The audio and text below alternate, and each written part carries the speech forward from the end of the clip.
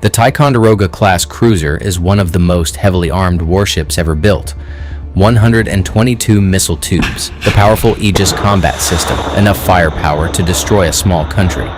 But today, these mighty cruisers are being retired not because of enemy missiles, not because of drone swarms, but because their own hulls are cracking apart. This is the scandal of the aluminum superstructure, a design flaw that turned America's most powerful surface combatant into a brittle, expensive headache. Here is the problem. To carry the heavy Aegis radar and all those missiles, the Navy needed to save weight.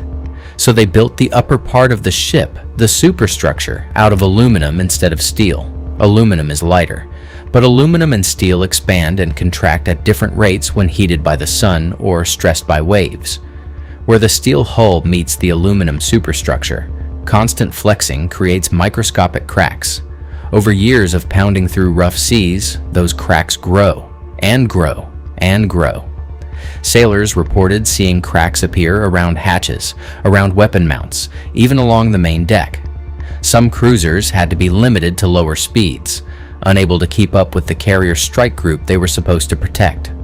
Others required emergency at-sea repairs using temporary patches. Imagine a $1 billion warship held together by what is essentially marine-grade duct tape. That was the reality for the Ticonderoga-class.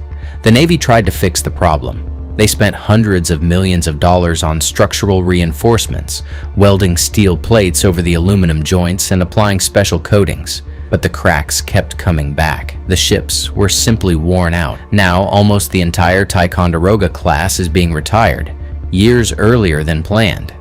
And here is the strategic cost. Each Ticonderoga carries 122 vertical launch system cells.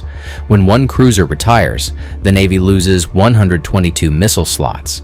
When a dozen retire, that is nearly 1,500 missiles that can no longer be fired from those hulls. In a potential conflict with China or Russia, where every VLS cell counts, this loss creates a dangerous gap. Newer Arleigh Burke destroyers and Constellation-class frigates will eventually fill the void, but it will take years. So remember, the Ticonderoga was not sunk by an enemy. It was crippled by a material mismatch, a lesson that even the most powerful weapons platform is only as strong as the metal that holds it together.